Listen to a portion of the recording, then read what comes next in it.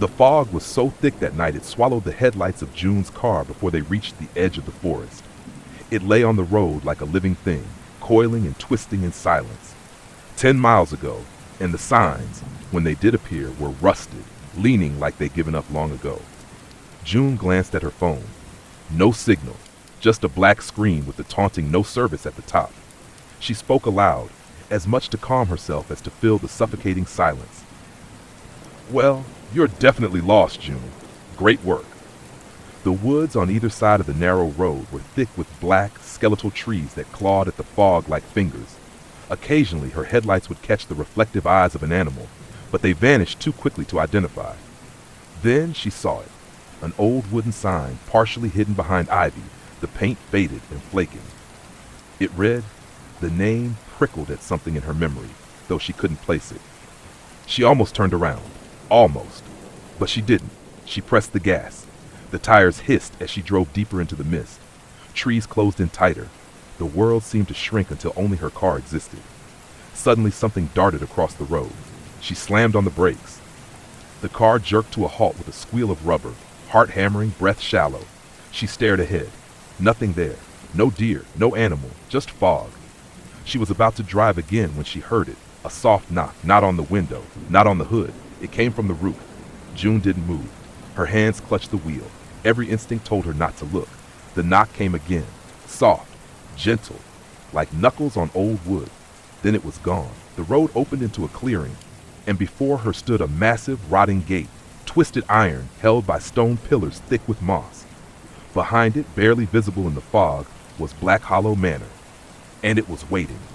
The iron gates of Black Hollow creaked open without her touching them. Not a swing, not a protest, just a soft sigh as they parted like they had been expecting her all along. June hesitated. Her fingers hovered over the gear shift. Something deep inside, some primal coil of instinct, screamed to leave. But it had been hours since she'd seen another car, and she was low on fuel. This place, strange as it was the only sign of shelter for miles. She drove through. The gravel crunched beneath her tires. Weeds had claimed the driveway, long and snaking, like vines reaching up to reclaim everything man-made. Above, the fog thickened into slow-moving clouds, and the trees seemed to lean inward, as though eavesdropping. Then she saw the manor up close. Black Hollow was massive, Victorian, 3 stories tall, with peeling paint, shuttered windows, and a crooked chimney that puffed out smoke in irregular, lazy breaths. It looked abandoned. Yet, a single light glowed from a second-story window, warm and steady. June parked, engine idling, not daring to turn it off yet. The front door loomed. She stepped out of the car, boots crunching on the wet stone path. Wind tugged at her coat, and the smell hit her. Wet earth, old wood, and something faintly metallic. Rust? Blood? The door creaked open before she touched it. An old man stood inside, gaunt, stooped, with skin like wax and eyes clouded like milk. He wore a black coat buttoned to the chin and held a lantern that bathed him in flickering gold. "Miss Avery," he rasped, "you've arrived." June blinked. "I didn't. How do you know my name?" He didn't answer, just stepped aside, gesturing into the dim hall. Behind him, the manor yawned with endless shadow and the scent of things left to rot. "Ah, I'm just lost. My GPS isn't working. I thought maybe I could use a phone."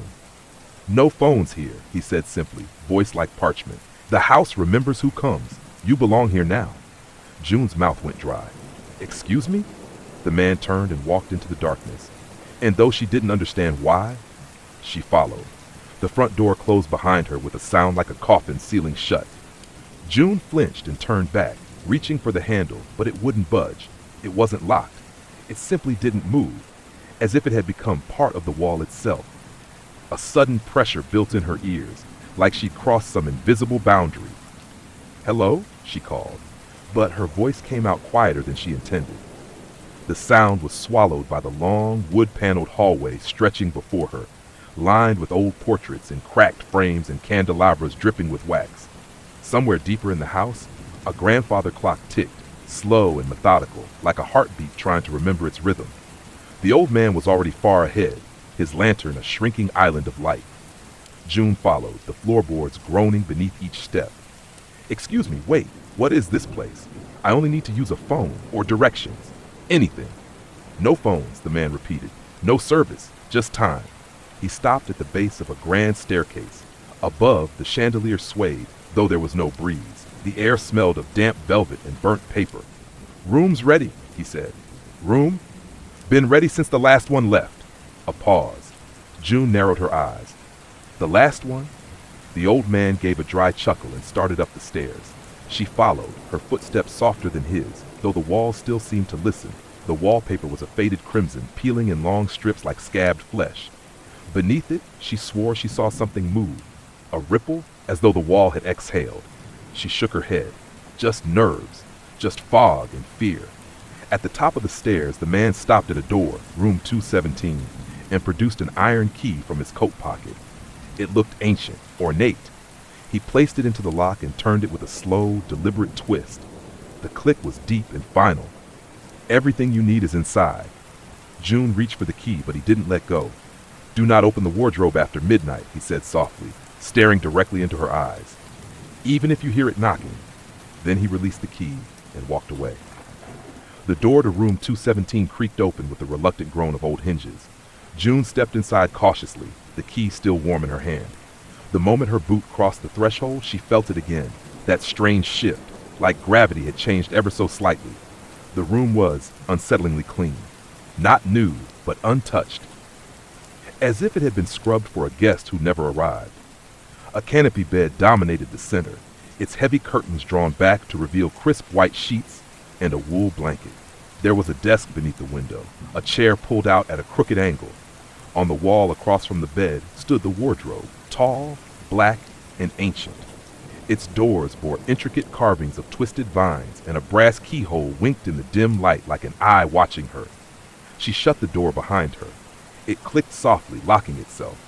For a long moment, she just stood there, taking slow breaths. Her phone still showed no service. She tried opening a text window, as if some part of her didn't trust her own eyes, but the message failed to send instantly. Sighing, June tossed her bag onto the bed and sat at the edge. The silence was unnerving. There was no hum of electricity, no buzz of distant voices, just the tick of the grandfather clock down the hall and the occasional moan of wood shifting. Then a soft knock. She jumped to her feet, heart hammering. But it wasn't the door. It came from behind her, from the wardrobe. She froze. One soft knock, then silence. June backed toward the wall. Her fingers found the edge of the desk. "You're just tired," she whispered to herself. "Long day. Fog. Old house. That's all." The wardrobe didn't move. The carvings on its doors seemed to twist a little in the dimness, but when she blinked, they were still again. She checked the time on her phone. 11:41 p.m. Not midnight, she said aloud, as if that fact alone made it safe. And still, the silence pressed in. Not peaceful. Heavy. Like it wanted something. June climbed into bed, pulling the blanket over her shoulders, eyes never leaving the wardrobe. She left the lantern burning on the desk. The shadows were too eager here. That night she dreamed of a woman knocking softly from inside a wooden box. June awoke with a start. The lantern was out. The room was cloaked in a deep velvet darkness, so complete it felt thick, like it clung to her skin. For a moment, she wasn't sure if her eyes were open or closed. Her breath caught. A soft creaking came from somewhere across the room. She reached for her phone, fumbling blindly in the dark until her fingers found it under the pillow. The screen lit up, dim, blue, flickering. 12:03 a.m. The battery was at 3%. Her eyes drifted across the room, pupils straining. The wardrobe stood silent. Then came the sound again, but it wasn't knocking this time. It was breathing, slow, rasping, just on the other side of the wardrobe doors. June sat frozen in bed, barely daring to blink. Each breath from inside the wardrobe matched her own, like a cruel mirror. She wanted to scream, but her throat had locked up. Her heart thudded like a drum inside a coffin. Suddenly, a whisper slid through the air, barely audible. "Let me out." June scrambled backward in bed, pressing her back to the wall. "Go away," she whispered. "You're not real. I can't breathe in here." The voice was soft, feminine, cracked. "Please, I'm so cold." The wardrobe door rattled gently. June leapt from bed and ran to the door, twisting the handle. Locked. She banged on it with both fists. "Let me out! Somebody, please!" The floor creaked behind her. She turned. The wardrobe doors were ajar, just an inch, just enough to see darkness between them, and two pale fingers curling around the edge of the left door. June screamed. She grabbed the desk lamp and hurled it toward the wardrobe. It shattered against the doors with a crash of glass and sparks. For a split second, the light caught a face, white, hollow-eyed, mouth open too wide in a soundless scream, and then it vanished. The doors slammed shut, and the room fell still again. June didn't sleep for the rest of the night. She sat in the farthest corner from the wardrobe, knees to her chest, the broken lantern at her feet, and her phone long since dead. The sun, when it finally began to rise, didn't offer much comfort. Its light was pale and weak through the fog, like it had grown afraid to fully enter the room.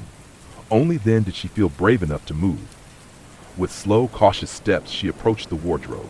It stood still, silent. The fingers, the voice, all gone. The heavy wood seemed dull in the morning light, harmless almost. She didn't touch it. Instead, she turned to the desk. It was an old writing desk, the surface dusty, its drawers stiff. Inside the second drawer, beneath a torn piece of faded cloth and a rusted pen nib, she found a small leather-bound journal. No lock, just a simple strap nearly rotted through. The name inside the cover stopped her heart for a moment. Margaret Avery, her own last name. She flipped through the first few pages, hands trembling. I arrived at Black Hollow under strange circumstances. They said I had been here before, but I don't remember. The man at the door knows my name, though I never told him. He says the house remembers bloodlines. I hear someone in the wardrobe each night. I tried to speak to her. She mimicked my voice. She promised she wouldn't hurt me. Then she laughed. I don't sleep anymore. There's something behind the walls. I see it through the mirror sometimes. It walks differently, not like people should. June's breath caught as she turned to the last entry. Tonight, she said she wouldn't knock anymore. She said she learned to open locks. The rest of the page was stained. Not ink, not water. Something darker. June dropped the journal and backed away from the desk. Her own name, in a stranger's hand, in a house she had never seen before. Unless she had, and just didn't remember. June didn't stay in room 217 long after reading the journal. She didn't look back at the wardrobe, didn't try the door again. When she turned the handle this time, it opened without resistance. The hallway beyond was empty, filled with that same heavy silence. She stepped out. The corridor looked different in the morning light. The red wallpaper now appeared bruised, like it had been beaten from the inside. The candle sconces still flickered, though there was no sign of fire, no source of heat or wax. The grandfather clock ticked somewhere far below, slower than before. She turned left, following the hallway, each step soft on the ancient carpet. There were doors on both sides, some open, revealing more rooms like hers, all identical, all silent. But none of them felt as heavy as hers had. Halfway down the corridor, she saw it, a massive, full-length mirror hanging across from a set of stairs that twisted upward into shadow. The frame was gold-leafed and cracked in the corners, ivy and thorn carvings snaking around its edges. It looked like centuries. She paused in front of it. Her reflection stared back, paler than she remembered, eyes shadowed, lips parted slightly. But it was her, mostly. Then the reflection moved. Not fast, just wrong. It tilted its head half a second too late, blinked after she had already turned her eyes. When June raised her hand, the reflection was just behind the movement, like it was lagging or watching. She leaned closer. So did it. But in the mirror's background, where only the reflection should be, she saw someone standing at the end of the hallway. A woman in a black dress, long hair draped across her face, her arms limp at her sides. June spun around. The hallway was empty. She turned back. The woman in the mirror was closer now, 5 feet away, still unmoving, still staring. June stumbled backward, nearly tripping over the carpet. Her shoulder hit the wall. She looked again. The mirror was empty. Her own reflection returned, perfectly in sync. She didn't breathe again until she had turned the corner. The hallway narrowed the farther she walked, the wallpaper darker here, curled and damp with moisture. The air grew colder, and June could see her breath when she exhaled, small clouds in the stale, unmoving air. She didn't know what she was looking for. Maybe answers, maybe a way out, maybe someone who could tell her this was all a dream. But the house had plans of its own. At the far end of the corridor stood a door, different from the others. It was painted solid black, no brass knob, just a keyhole, jagged and misshapen like a wound. The edges were scorched, as though burned, and symbols had been etched into the frame in some forgotten language that hurt to look at for too long. June reached out to touch it, but a cold jolt ran up her arm the moment her fingers brushed the wood. It wasn't just cold, it felt hungry. She stepped back. From behind the door came a sound. Breathing. Shallow, not human. It clicked as it inhaled, like something with too many lungs. Then the breathing stopped, and the scratching began. It started soft, a gentle rasp against the wood, like nails or claws. Then louder, more frantic, faster. Something was trying to get out. June's instincts screamed to run, but her feet wouldn't move. Her eyes were locked on the bottom of the door, where a shadow pooled, not cast from light but leaking from the other side. Then, a voice, not quite a whisper, not quite a growl. "You remember us now, don't you?" June gasped. Her knees weakened. The voice was hers. She backed away down the hall, not taking her eyes off the door. As she did, she noticed something even more disturbing. All the other doors were now closed. And from behind each of them, the quiet hum of breathing began. Different rhythms, different depths, like dozens of things waking up at once. They had been waiting, watching. She ran, back through the hallway, past the mirror, down the stairs 2 at a time. Her boots slammed against the steps, the house shaking with each impact. The portraits on the wall seemed to smile wider as she passed. At the bottom, she skidded to a stop. The front door, it was open. But something stood between her and freedom. It's not wearing its own skin. June froze. The foyer stretched before her, dimly lit by a flickering chandelier that spun ever so slightly, casting elongated shadows across the floor. And in the center of it was something standing perfectly still. At first glance, it looked like a person. It wore a long gray coat, soaked as though it had just come in from the rain, though it hadn't rained in days. Its boots were polished black, motionless on the wooden floor. It faced away from her, head slightly tilted, as if listening. June squinted. The back of its head, the hair looked wrong, too fine, too thin, like strands of string glued to flesh. She didn't speak, didn't move. She simply waited, heart pounding so loudly it felt like it echoed against the walls. Slowly, the thing turned. Its face was loose, like a rubber mask that hadn't been fitted right. Eyes too far apart, lips too large. As it turned fully toward her, she realized with a sick jolt that it wasn't a mask at all. It was a face, stretched over the front of something else, and beneath it, something moved. Something shifted inside the skin, pushing against it in lumpy ridges. June stepped back, but the thing smiled. The lips moved stiffly, parting to show far too many teeth, long, thin, sharpened like slivers of bone. It raised one gloved hand and pointed at her. "Your blood remembers," it rasped. Its voice sounded like it was being played backward. "Your family locked us in. Now the blood opens the door." June turned and ran, back up the stairs. The house groaned around her like it enjoyed the panic, enjoyed the chase. The thing didn't move quickly, but she could hear it, step by step, slow and steady, following. When she reached the second floor, she darted into the nearest room, slamming the door shut behind her. The doorknob rattled once, twice, then silence. June collapsed against the wall, breathing in ragged gasps. On the nightstand beside her, lit by a shaft of pale gray light, lay a folded piece of paper. She picked it up. The message was handwritten, scrawled in haste. "If you're reading this, it's already inside. Don't fall asleep. That's when it crawls in." June dropped the paper.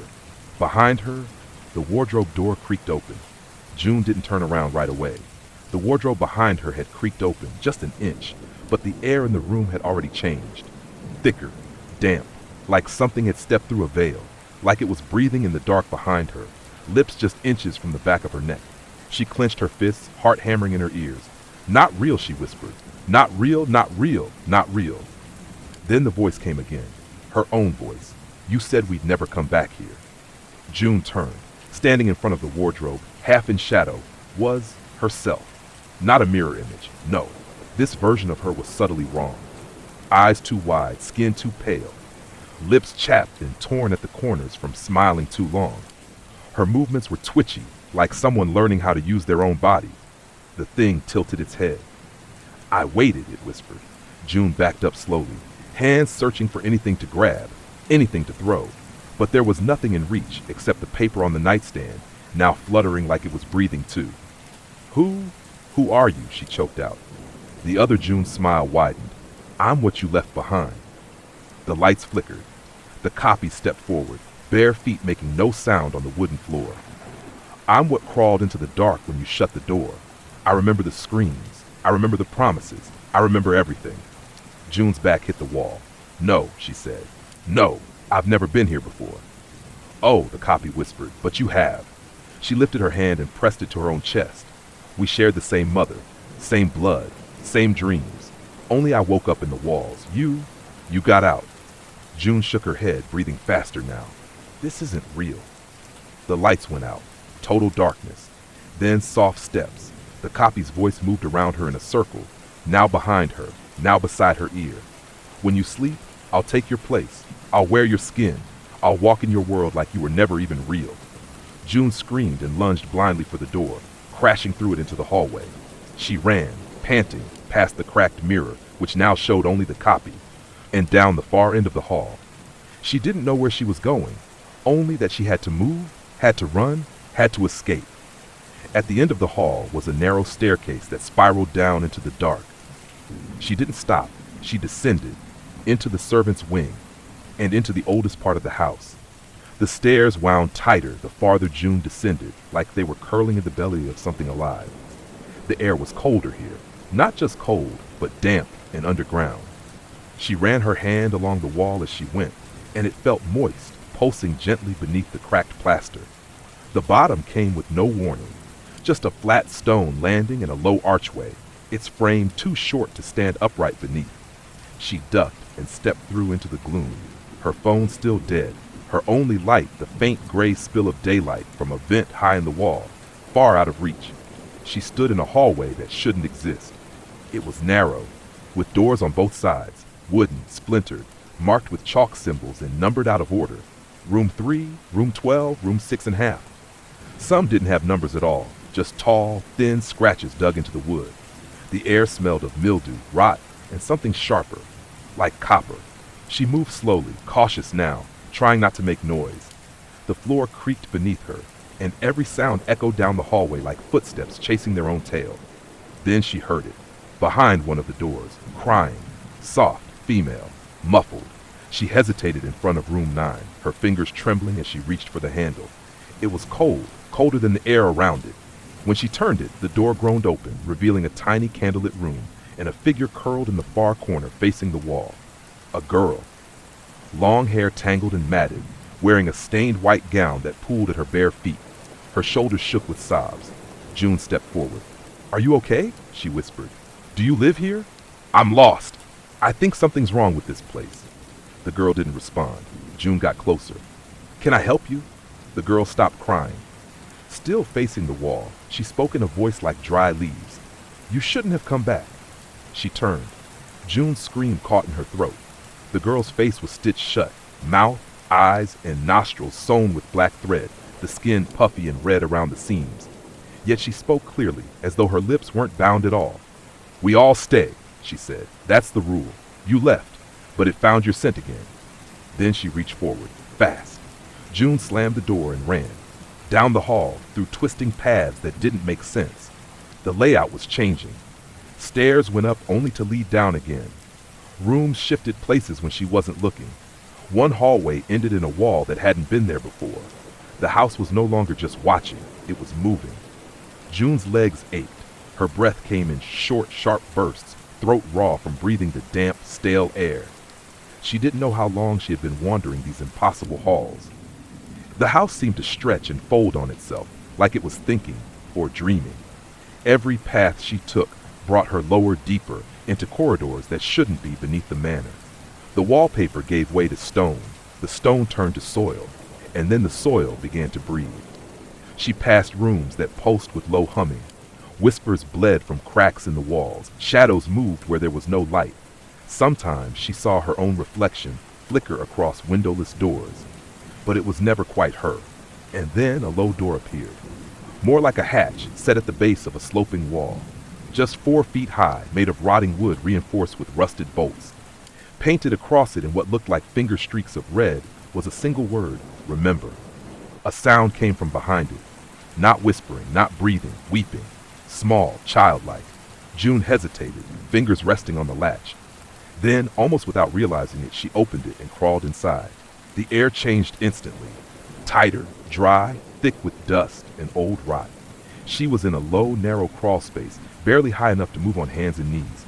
The walls were packed dirt, the roof timber and stone, and the whole thing seemed to tremble faintly with the weight of the house above. Ahead, at the far end of the crawl space, she saw the source of the sound. A child sat curled in a patch of dim orange light. A girl, maybe 6 or 7, wearing a moth-eaten nightgown and no shoes. Her face was buried in her knees. June crawled closer, each move slower than the last. "Hey," she whispered. "It's okay, you're not alone." The child lifted her head. June stopped. The girl's eyes were missing. Not gouged, just absent. Smooth skin where they should have been, as if her body had forgotten to grow them. Yet somehow she looked directly at June. "You're her," the girl said, her voice soft, echoing strangely in the tight space. "The one who screamed when the floorboards opened. I remember your voice." June swallowed hard. "What do you mean? Who are you?" The girl shook her head. "I'm not me anymore. It took me. Then it used me to call others." June's voice trembled. "What is it?" The girl smiled, and that smile was far, far too wide. "The house," she whispered. "It's not a place. It's a memory, looking for flesh." Suddenly, the child shrieked, not at June, but past her. June turned. From the tunnel behind her, something crawled, fast. Long arms, scraping limbs, bone cracking against stone. She scrambled backward in panic, the child vanishing into the dark behind her like smoke. June tumbled out of the crawl space and slammed the hatch shut just as long. Skeletal fingers clawed at the other side. The door groaned and shuddered behind her. Then still. June staggered away from the crawl space hatch, her knees bruised, hands caked with dust and blood from scraping along the tunnel. Her ears still rang with the girl's scream. Not from pain, but from warning. She knew now that whatever was inside this house wasn't just haunting her. It knew her. It had waited for her. The hallway she now found herself in was unfamiliar. The walls were no longer wood or stone. They were plaster, warped with heat and old water damage. It looked like a corridor torn from a modern hospital and stitched haphazardly into the bones of the manor. Flickering overhead lights buzzed. Floor tiles had cracked long ago. Beneath them, something moved. She could hear it. At first, she thought it was the pipes, the usual groans of an old building settling. But no, the noise was too deliberate. Scraping, pacing, sniffing. She stepped carefully, watching her feet. There was dust everywhere, but no footprints but her own. She crossed the hallway and came to a waiting room with peeling green walls and torn-up chairs. The windows were boarded, nailed from the inside. A flickering exit sign buzzed faintly overhead, its light casting long, warped shadows across the walls. Then creak, the floor groaned beneath her right foot. Then again, this time from underneath. June froze.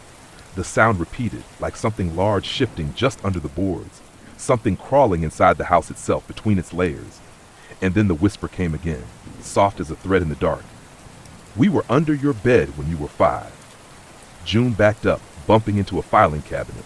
She turned. The drawers had rusted shut, but one had burst open, and inside were bones, small, child-sized. Each one carved with markings that looked like tally marks and scratches, shaped like letters. She reached in, hesitating, and pulled out a fragment of what looked like a broken jawbone. Someone had scratched words into it with something sharp. "It eats through walls. It wears the voices." June dropped the bone and turned just in time to see the floor bulge upward, as if something massive was rising beneath it. Cracks splintered outward. Dust puffed into the air. Boards creaked and then snapped. She turned and ran. Behind her, the floorboards burst open. Something surged out, fast and wrong. All limbs and teeth and faces that weren't aligned right.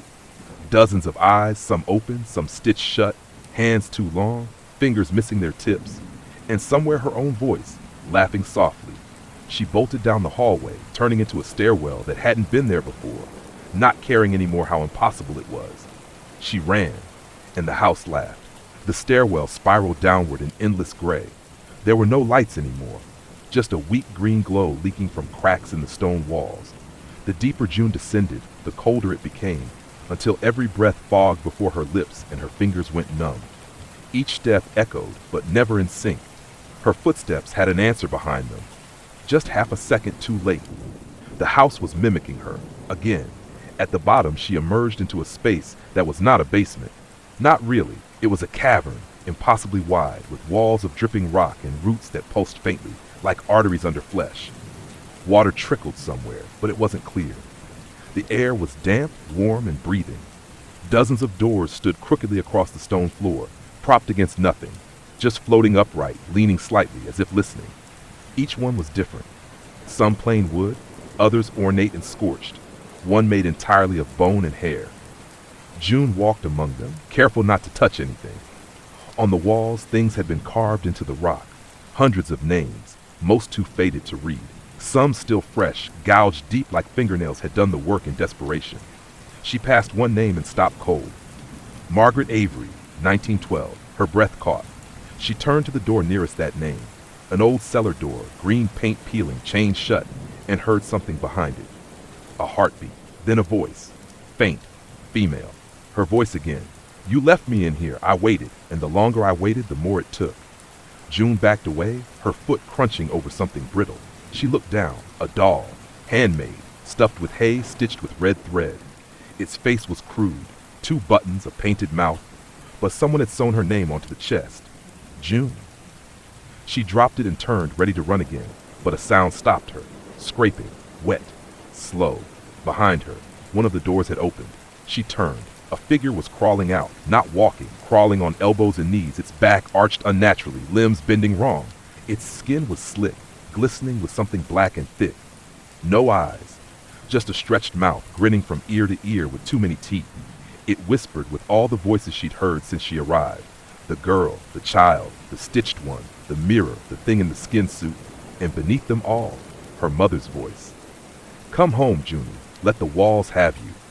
June ran, not sure where to go anymore. Her direction didn't matter. Time didn't matter. But behind her, something had remembered her name. And now it knew the taste of her fear. June ran until the air thickened in her lungs and her legs screamed to stop. The space around her changed as she moved. The sound of her boots no longer echoed like before. The house had grown quiet, not in peace, but in anticipation. She passed a narrow archway barely large enough to squeeze through, carved into slick, uneven stone. It shouldn't have been there. She hadn't seen it a moment earlier, but something behind her let out a low, wet hiss, and she didn't think. She dove through. The space beyond was dark, pitch black, airless. She blinked, and the room lit itself, not from a light bulb, not from the sun, but from the walls themselves. A faint green-blue glow pulsed softly like bioluminescent skin. June stood frozen at the center of the strange chamber, chest rising and falling like she was standing underwater. And she saw it. There were no corners. The room was all curves. The ceiling flowed into the walls. The floor melted into the edges. No seams, no straight angles. It felt like she was standing inside the belly of something enormous, like a place not built but grown. And she wasn't alone. A soft humming filled the room, rising from the walls. June couldn't tell if it was mechanical, organic, or somewhere in between. She turned slowly, watching the space shimmer. The floor beneath her seemed to breathe just slightly, just enough for her to notice. In the farthest curve of the wall, a figure hung. Not standing, not floating, hung, like meat. Its limbs were too long and its neck bent the wrong way. It had no face, just smooth, pale skin stretched across where one should have been. But June could feel it watching her. Somehow, she backed away. The humming stopped. The room fell dead silent. Then the figure twitched. Once, twice, and then its skin began to peel, slowly, as if something inside it was waking up and slipping free. June turned to flee, but the entrance was gone. No more archway, only smooth, pulsing wall where the exit had been. No, she gasped, pounding her fists against it. Let me out! Let me! She stopped. The wall was absorbing her hand, softening around her fingers. It felt warm, like flesh, and her skin began to tingle, like her body was going numb where it touched the surface. She yanked her hand free just as it began to sink in too far. From behind her came the sound of bones scraping on the floor. The skin figure was walking now, one step at a time, and it was shedding its body with every step, leaving trails of glistening tissue behind, revealing something black and shapeless underneath. It whispered with her voice. You already belong to the walls. She slipped through. She didn't think, didn't scream. She just ran. The new hallway was narrow, impossibly narrow. the walls pressed in so tightly she had to move sideways to fit. The wallpaper here was damp and spongy under her fingertips, sagging in strange shapes like there was something just behind it, something that shifted when she touched it. After 20 feet, the corridor opened into a wider room, or what used to be one. This part of the house was rotting. The ceiling had partially collapsed, letting in long strands of fog. Mildew crept across the wallpaper like veins, and the wooden floor had warped into waves. But that wasn't what made her stop in her tracks. It was the faces, hundreds of them. The wallpaper had become skin thin, and beneath it faces pushed outward, noses flattened against the surface, eyes bulging beneath the paper, mouths open mid-scream but silenced under a thin membrane of floral print. June staggered back. One of the faces followed her, its eyes shifting under the wallpaper to track her movement. Its lips moved soundlessly. Then another one moved, and another. Soon the entire wall was whispering in a language that felt like it was being spoken inside her bones, syllables she didn't understand, but that made her teeth ache and her vision blurred. She covered her ears. "Stop it! Stop it!" A soft tearing sound cut through the whispers. She looked. One of the faces was pressing forward, the wallpaper stretching like wet tissue. A nose broke through first, then a lip. The face was forcing itself out, shedding the wall like a second skin. It gasped as it emerged, wet and wheezing, eyes wild and blind. It reached for her. "Help me," it gurgled. "Help me remember my name." June stumbled backward, but her foot sank through the weakened floorboards. The wood gave way, and she dropped straight down through a shaft that hadn't been there seconds before, landing hard on her side in a pile of dust and bone. She groaned, looked up. The face was still watching through the hole, mouth wide, whispering her name in a voice not its own. "Junie, Junie, don't leave me here again." June scrambled to her feet. All around her now were walls of pure black. No wallpaper, no doors, only mirrors, hundreds of them. And they all showed different versions of her. Aged, decayed, stitched, smiling too wide, screaming silently. And one mirror showed her as she was now, except that version of her was standing still, and the reflection was beginning to smile. June turned in placely, surrounded on all sides by glass. The mirrors stretched from floor to ceiling, framed in tarnished silver, some cracked, others covered in a thin film of dust or blood-smeared handprints. And in each one, her, but not. One showed her older, hair streaked white, arms covered in scars she didn't recognize. Another showed her gaunt, standing in a room she'd never seen, rocking slowly back and forth, her eyes empty. Some reflected nothing at all, and then there was the one that moved. At first, she wasn't sure. She blinked, so did it. She turned her head, so did it. But when she took a single step forward, the reflection stood still. June froze. The glass shimmered faintly, as if breathing. Her reflection, the only one that still looked exactly like her, just stared out with a blank expression. Then it tilted its head, not curious, not puzzled, predatory. "Don't," June whispered. "Don't come out." The reflection smiled and stepped forward, not just in the mirror, out of it. The glass didn't break, it simply opened, like water parting for something that knew how to pass. The copy stepped onto the cold stone floor, barefoot, moving like a puppet on strings. It was perfect, except for the eyes. They were made of glass, not wet or living, but hard and reflective, like it had stolen them from the mirrors around her. June backed away, heart pounding. "You're not me." The copy's smile widened unnaturally. Its voice was hers, pitch perfect, but hollow, like it had been recorded and played back through a cracked speaker. "I'm better." The mirrors around them began to ripple.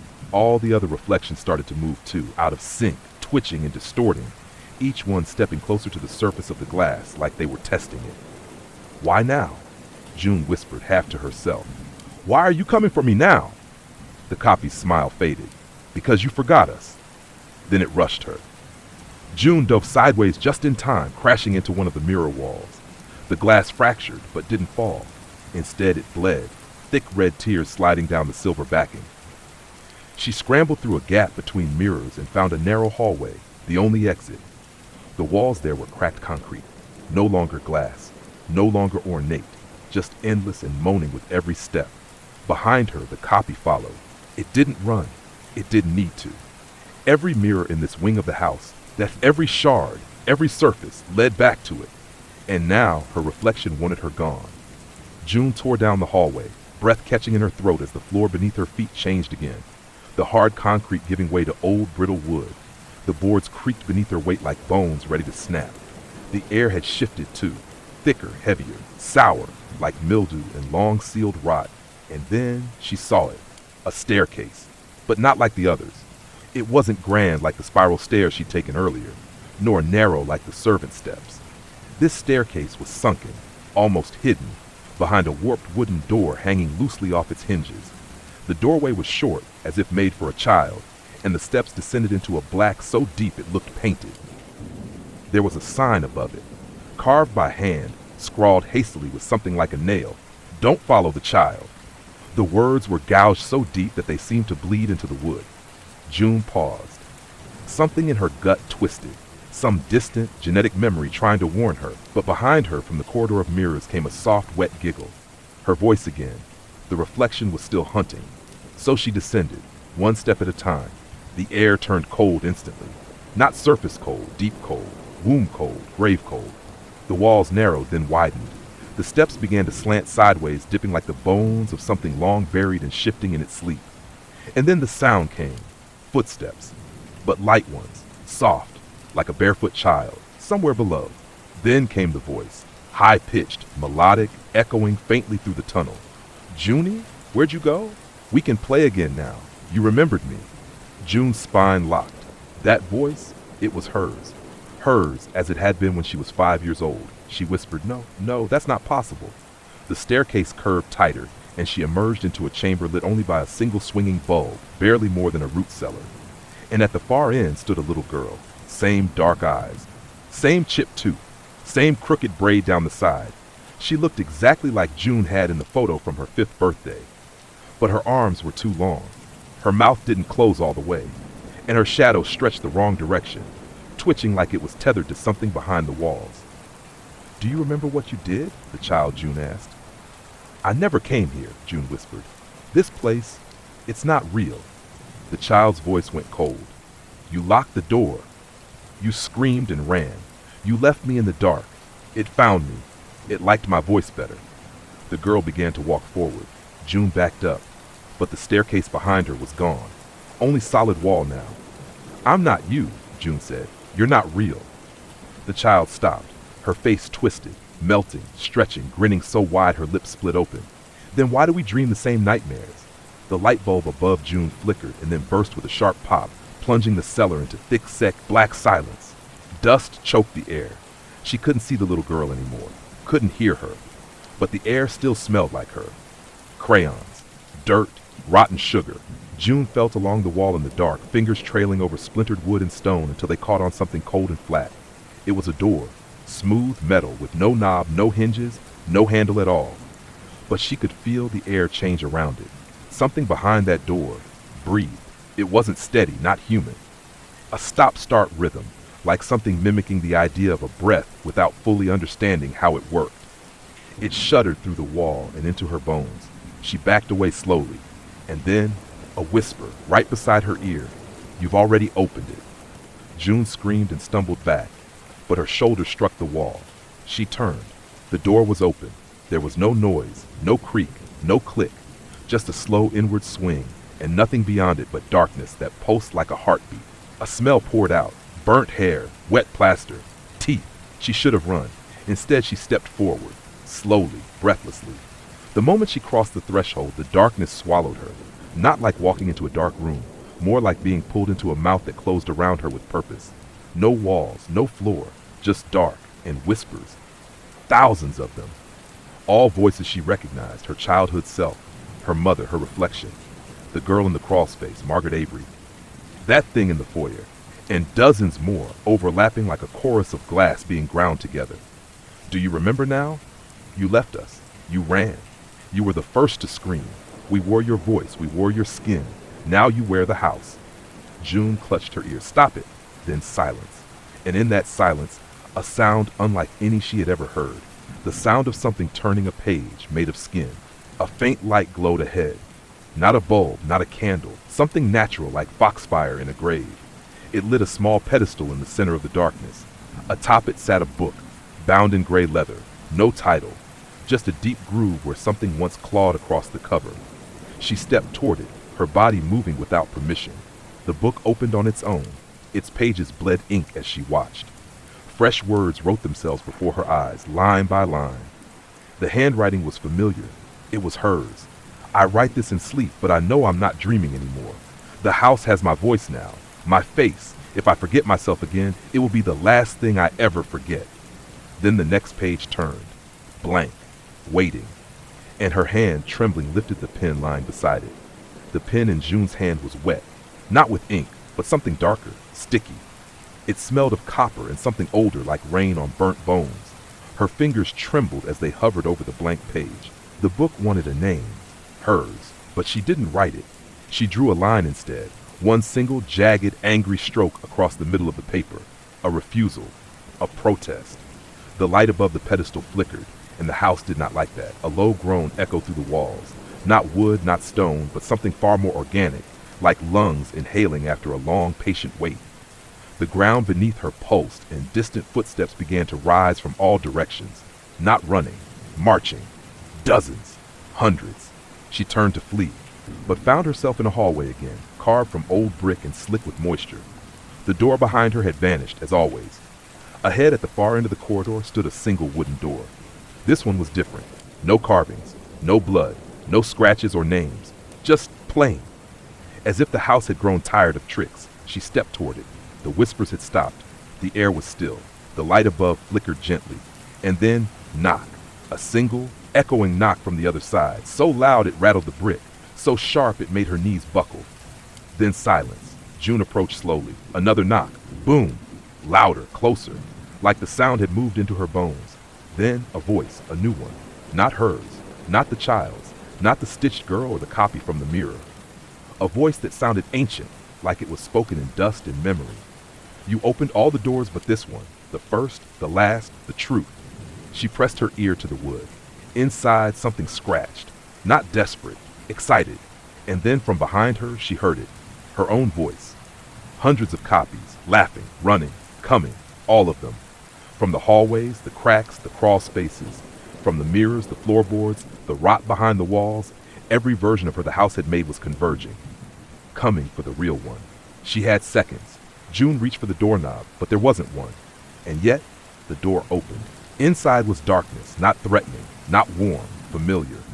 And from within that darkness, a shape stepped forward, not monstrous, not twisted, human. A woman, pale, hollow-eyed, wearing June's face but older, weary, sad. She looked June in the eye and whispered, "I made it out, but I had to leave someone behind." And June understood. She was not the first June to escape, only the next one to take her place. The house needs a voice, a memory, a keeper, a June. And behind her, the other selves were arriving, reaching, welcoming. The door closed behind her without sound. June stood frozen in a room so quiet she could hear the blood rushing through her ears. The air was neither cold nor warm. It was still like the inside of a coffin. No whispers, no breath, just the hum of her own pulse, growing louder with each beat. The room was empty. Stone floor, stone walls, and one thing only. A single, high-backed chair facing away from her, sitting in the center of the space like it had been waiting for centuries. She took a step forward.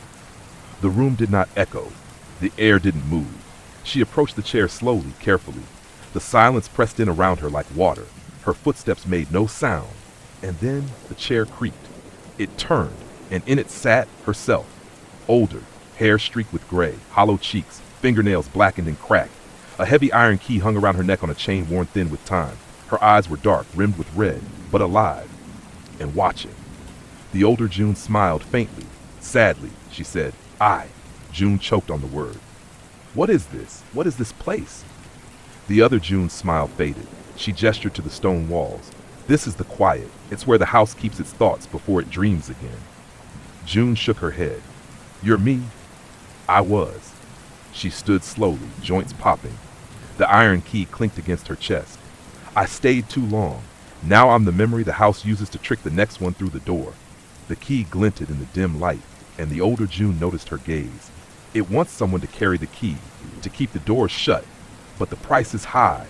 You can walk out of here," she whispered, "but not as yourself, not all of you." June took a step back. I don't want to stay here. I want out. Her older self nodded. So did I. And with that, she reached up, grasped the chain around her neck, and ripped it off, flesh tearing with it. Blood ran down her collarbone, but she didn't flinch. She held the key out. Take it before the door closes again, before it forgets you. The ground trembled beneath them. The silence broke. From far away, beyond the walls, came a sound, knocking. Not from a door, but from beneath the floor. Boom, boom, boom. The older June whispered. It woke something. Something even the house was afraid to dream. June stared at the key. It swung gently from the torn, blood-stained chain, catching dim, sourceless light from the ceiling above, though no bulb or lamp hung there. The key was ancient, heavy, its surface etched with symbols she didn't recognize, but somehow understood. It pulsed with heat in the older June's hand. Another boom rumbled through the stone floor. Closer now. Something was moving below, slow but heavy, dragging something behind it. Older June's face remained blank, but her voice cracked. This is your last chance to run, she said. Not out, just somewhere else. Somewhere the house can't see. June took the key. It burned her skin for a moment, then cooled. The weight of it settled into her palm like it belonged there, like it had always been there. As soon as she touched it, the walls of the quiet room shifted. Stone cracked. The silence shattered. The air grew dense with static, like a television with no signal, humming just beneath hearing. On the far wall, a new door appeared. It was made of iron, bolted tight. The surface glistened with something wet, though no source of moisture could be seen. It had no window, no latch, only a keyhole that matched the key she now held. The older June stepped back. If you go through, she said softly, you lock it from the inside.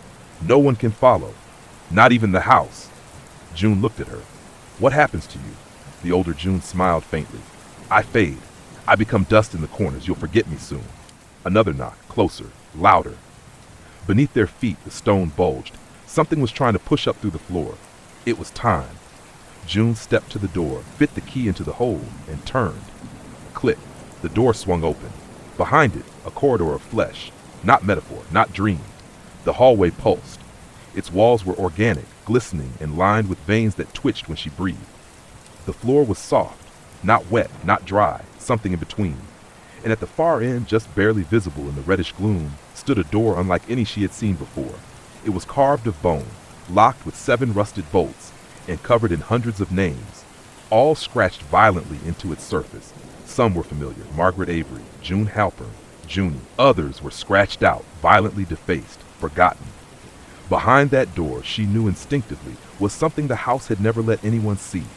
Something older than the house itself, something awake. She stepped forward. The door behind her slammed shut, the keyhole on this side now sealed, swallowed by the wall. And June was alone again, no mirror, no voice, no copies, only herself, and the slow, wet whisper that echoed from the bone door. You remembered me. So I remembered you. The hallway seemed to breathe with her.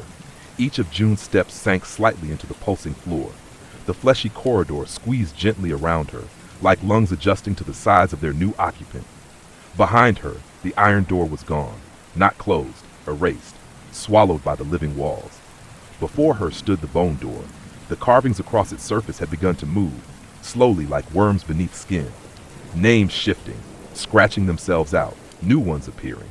Her own name was at the top now. It was bleeding. June reached for the first rusted bolt. As her fingers touched the iron, something snapped inside her mind. Not pain exactly, but like a rope pulling tight around memory. Suddenly, her name didn't feel right. Not just her first, all of it. She blinked. What is my name? She remembered saying it. She remembered writing it, but now it echoed wrong inside her. Her name didn't belong to her anymore. The second bolt gave way with a creaking groan. The smell that poured out through the crack was like dust soaked in old milk and teeth left too long in the sun. The bone door whispered. A dozen voices layered together, rising from somewhere behind the wood. Say it. Say the name. Let it out. She shook her head. I don't know what you mean. But her mouth moved anyway. Not her voice. A whisper. It came unbidden, slipped out like oil. A name she didn't know she knew. A name that had no vowels, no origin, not meant to be spoken by anything with a human throat. It sounded like Vernal. And the bone door shuddered. Every bolt popped open at once, metal screeching. The names on the door began to rot, black ink bleeding through them until they ran like pus. The door cracked in the middle, splitting like a jaw, and the darkness behind it pulsed once alive. June fell to her knees, her head filled with sound, not words, but sensations, the feeling of drowning in feathers, screaming into a pillow until your teeth crack, being forgotten by someone who held your hand yesterday. She clutched her head. Stop! Stop! What is this? And then, from the dark behind the door, something stepped forward. Not fast, not loud. It didn't need to be. It had waited, and it knew her name better than she did. It stepped into the light, though no light had ever been lit. The thing from behind the bone door didn't make a sound, not footsteps, not breathing. The hallway didn't echo, the walls didn't react. It was as if reality itself refused to acknowledge it. Yet it was there. Its shape was wrong, not grotesque, not at first. It stood tall, human-like, cloaked in something dark and shifting, a material that seemed to drink in what little light there was. A robe of shadows, a face obscured, not hidden but forgotten even as she looked directly at it. She blinked, and its face was different. Blink, different again. Now her own, now her mother's, now the Stitch Girl, now the reflection from the mirror room. It changed with every flicker of thought, stealing from her memory like a leech sucking marrow from her bones. It opened its mouth, and a sound came out that was not a sound. It was the feeling of doors slamming in dreams, of your name spoken behind your back in an empty room, of a scream swallowed in sleep. June dropped to her knees, her nose bled, her vision shook. The creature stepped closer and whispered, "You gave me a name." June shook her head violently. "I didn't know, but it didn't care. Now I am known," it said in a voice that was 1,000 voices, and her voice most of all. "And so I walk."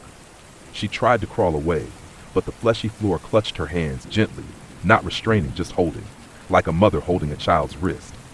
"I didn't mean to," June whimpered. "I didn't know what I was saying." The thing leaned closer, its shape twitching between faces, arms, sizes, shadows. "You remembered the house," it whispered. "You found its oldest room, and then Junie." Its mouth split into a grin of bone and wire. "You remembered me." Suddenly the lights returned. Not just the reddish glow, but full golden light, pouring from overhead like sunlight. The hallway turned into something else. White walls, tile floors, bright fixtures. A hospital corridor. June blinked against it, stunned. Alarms buzzed somewhere in the distance, and down the hall, through the blur, she saw it. A little girl, herself, 5 years old, sitting alone on a bench, crying quietly.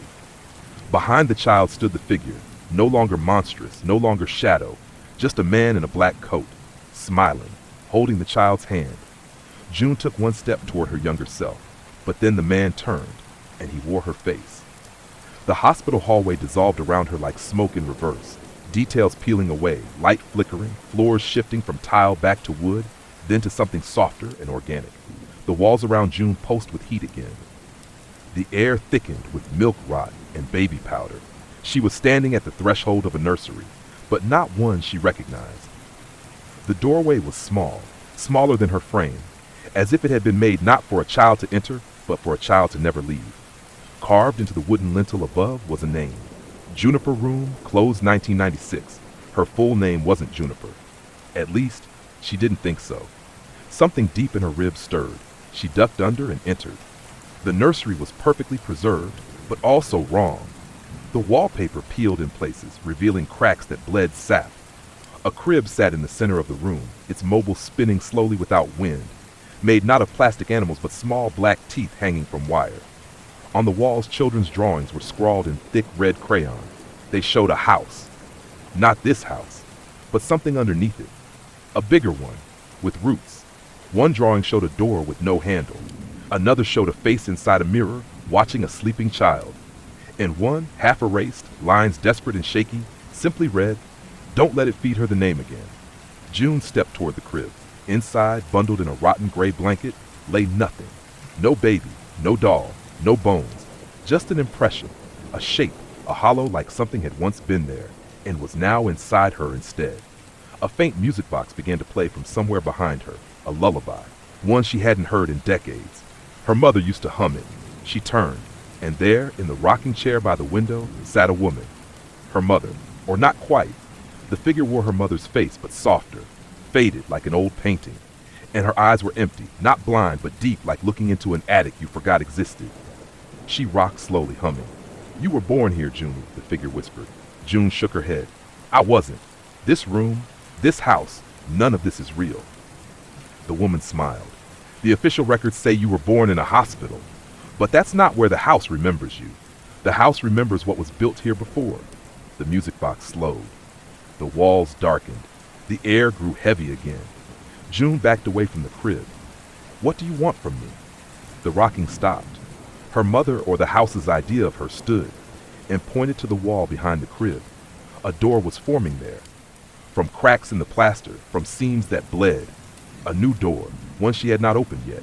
The wall behind the crib groaned as the plaster cracked. Lines spiderwebbed outward, forming an outline too perfect to be natural. A tall, narrow door with no frame, no knob, no keyhole. Just smooth, cold stone.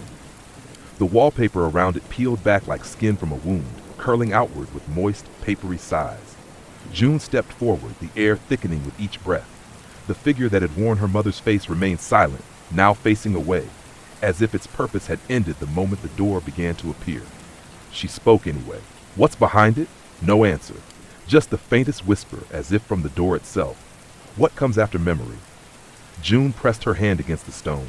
It was cold at first, but pulsed once beneath her touch. Then it was warm, beating, like a second heart. She pushed, and the wall opened. Not like a door swings, like a mouth parts. The sound it made wasn't wood or metal. It was like wet paper tearing, or skin stretched too far. Beyond it was not a room.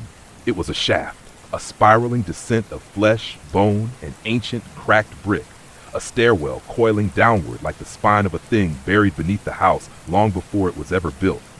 And it descended far deeper than anything above ground could allow.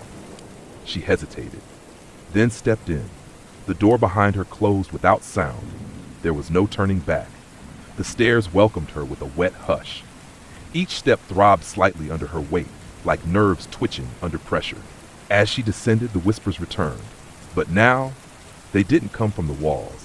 They came from inside her head. Memories that weren't hers.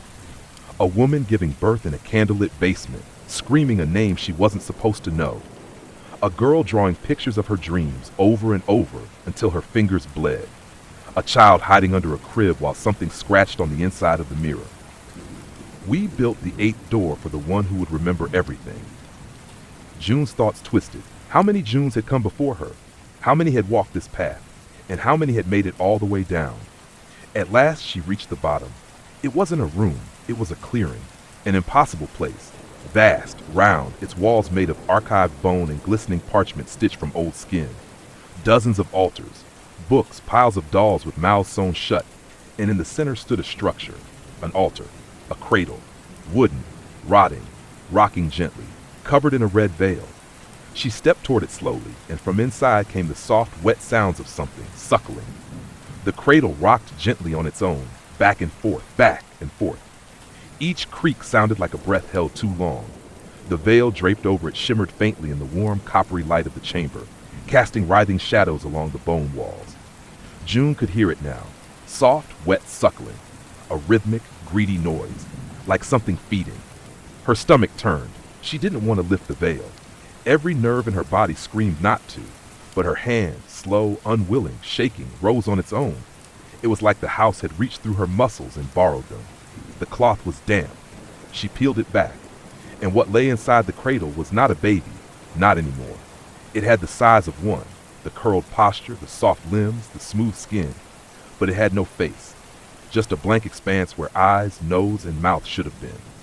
Its skin was gray and paper thin, pulsing faintly like a membrane over something hungry beneath. Where a mouth might have been, the flesh stretched inward, sinking toward a hollow tunnel that led deep to its chest cavity. And from that hollow something moved. June stepped back. It twitched.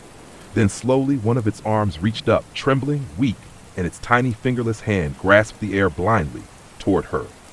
It made a sound, not a cry, a word, spoken in her own voice. June staggered. "No, no, you're not mine."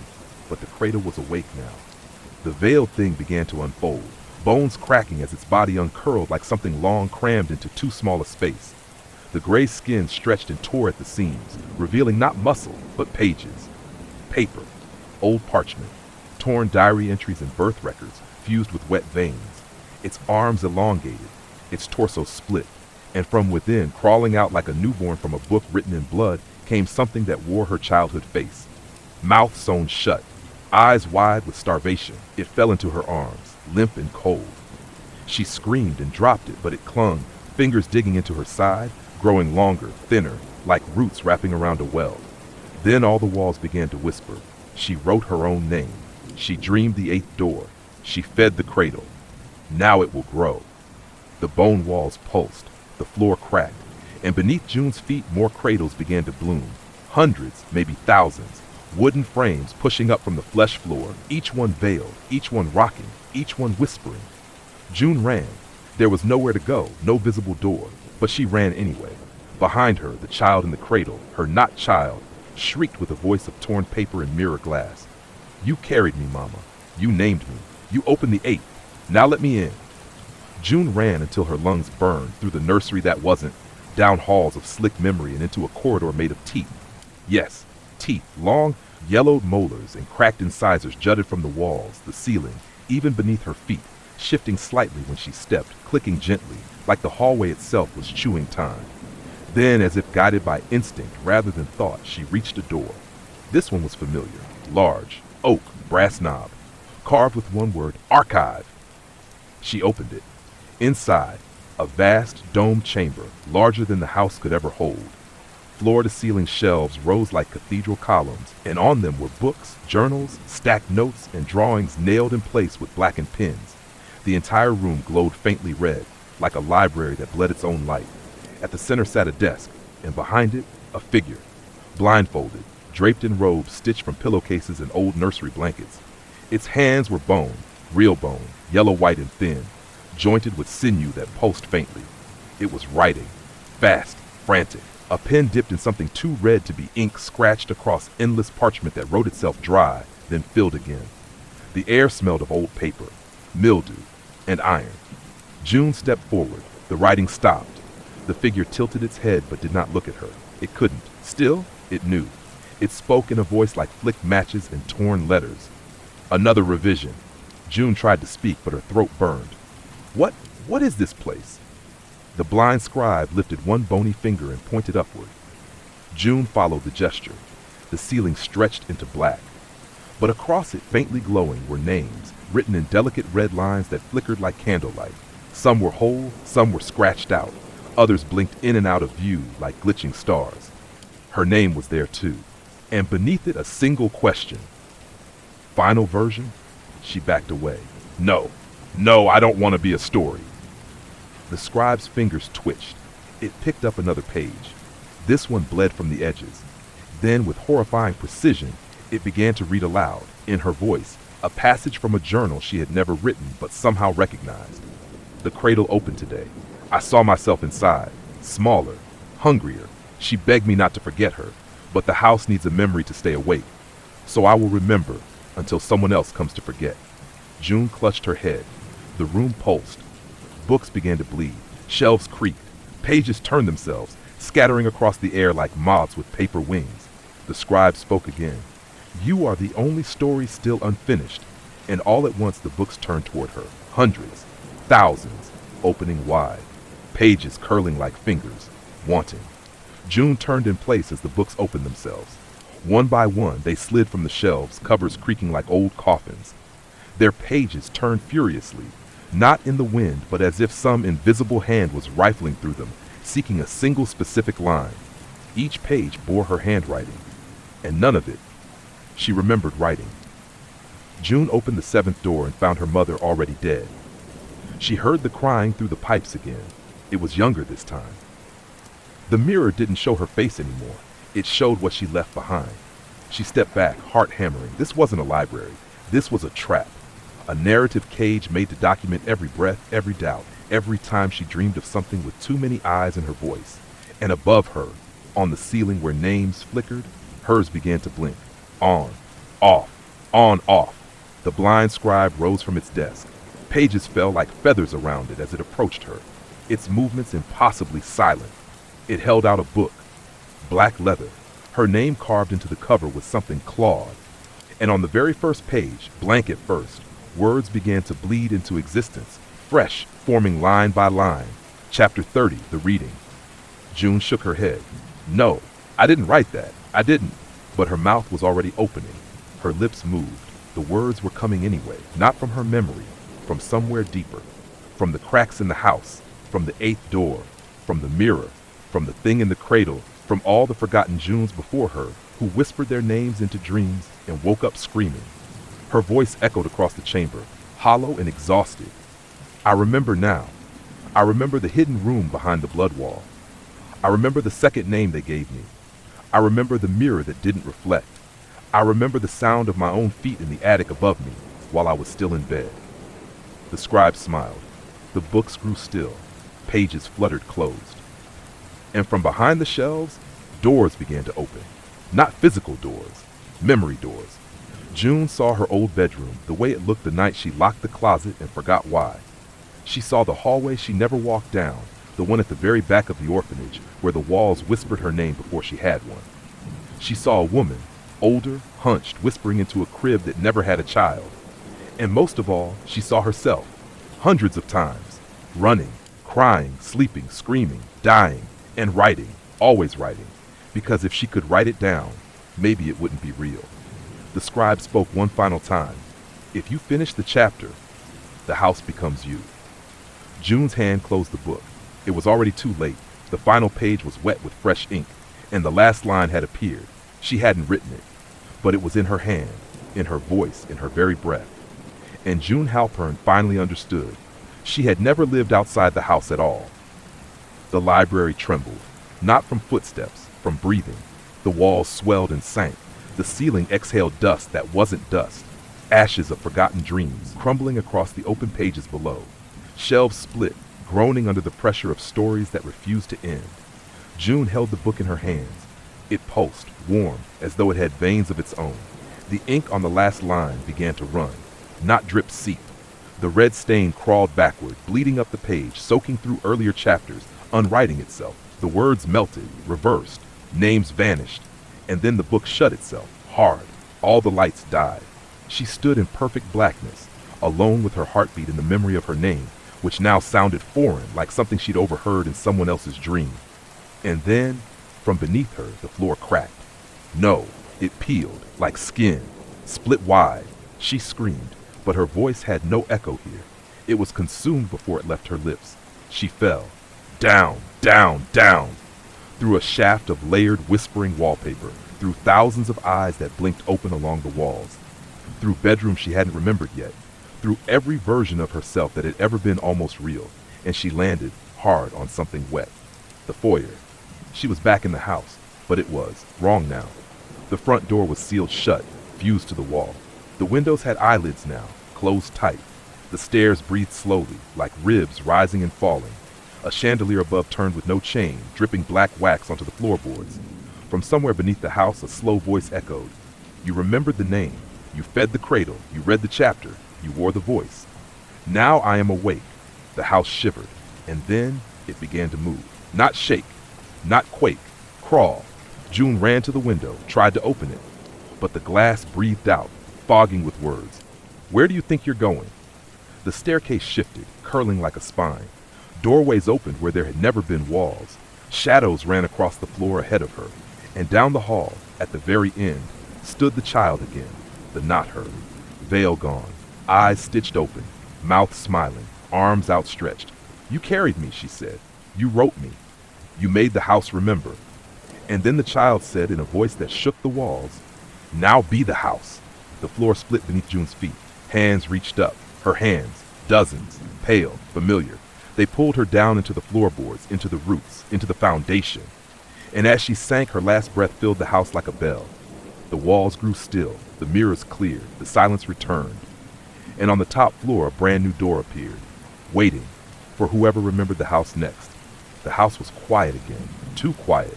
No creaks, no whispers, no lights. Only dust and the sound of slow, steady breathing. Not from within the walls, but from the walls themselves. The mirrors were blank now. The portraits on the staircase, gone. Even the blood on the floorboards had dried, flaked, and been swept away by no one. But upstairs, past the place where June had vanished, a new room had appeared. It was small, papered in yellow. The walls were curling at the edges, as if the house had grown tired of pretending they were walls at all. Inside that room stood a bed, and in that bed lay a boy, someone new. Eyes shut, breathing slow, his skin pale and damp with sweat, his fingers curled like dead leaves. He hadn't moved in hours, days. Yet every time the house sighed, he twitched. Because this wasn't just any child. This was the house's next dreamer. The house doesn't eat people all at once. It grows them first, from fragments, from echoes, from the moments that make someone forget they were ever whole. And this boy, he was forgetting already. Down in the cellar, a record player began to spin. A soft voice emerged from its speaker, worn, broken, but familiar. If you're hearing this, you're already part of the house. You've always been here. The boy stirred. His name was Micah. He didn't remember how he got here. He didn't remember his mother's face. Only a door with no handle, and a voice behind it whispering, "We need a new June." Micah opened his eyes. The ceiling above him was wrong. Not cracked or rotting, but shifting like mist held in place by breath. Patterns of wallpaper rippled, though the air was still. Faint voices hissed behind the walls, muffled like they were underwater, or behind glass that bled. He sat up slowly. His room was unfamiliar. Small, papered in peeling yellow, with a single window that showed nothing outside. Just fog, thick and endless. The bed creaked beneath him, but the floor did not. He blinked. On the far wall, a door had appeared. He didn't remember it being there before. Its edges were still forming, lines wiggling into shape like someone was sketching it in real time. A piece of paper sat on his bedside table. It had no writing on it, until he touched it. Then one line appeared, in a shaky, familiar hand. "June is gone. You dream now." Micah shivered. He didn't know anyone named June. But the name felt like a bruise under his skin, something tender that hurt more the longer he thought about it. He crossed the room and touched the door. It was cold, dry. The knob was made of something like bone, but polished, almost elegant. He turned it. It clicked, too loud in the quiet. The door opened, and beyond it was his childhood bedroom, perfect. Blue curtains, carpet with train tracks, glow-in-the-dark stars still stuck to the ceiling. But he hadn't lived here in years. "Hello?" he called out. No answer. He stepped through, and as he did, something shifted. The lights dimmed. A faint buzzing filled the air, like the static hum of a TV left on in another room. The closet door creaked. Micah turned. Someone stood at the foot of the bed. A woman, wearing a housecoat, hair dark and damp like she just stepped from the bath. Her face was turned away. "Mom," he whispered. She didn't move.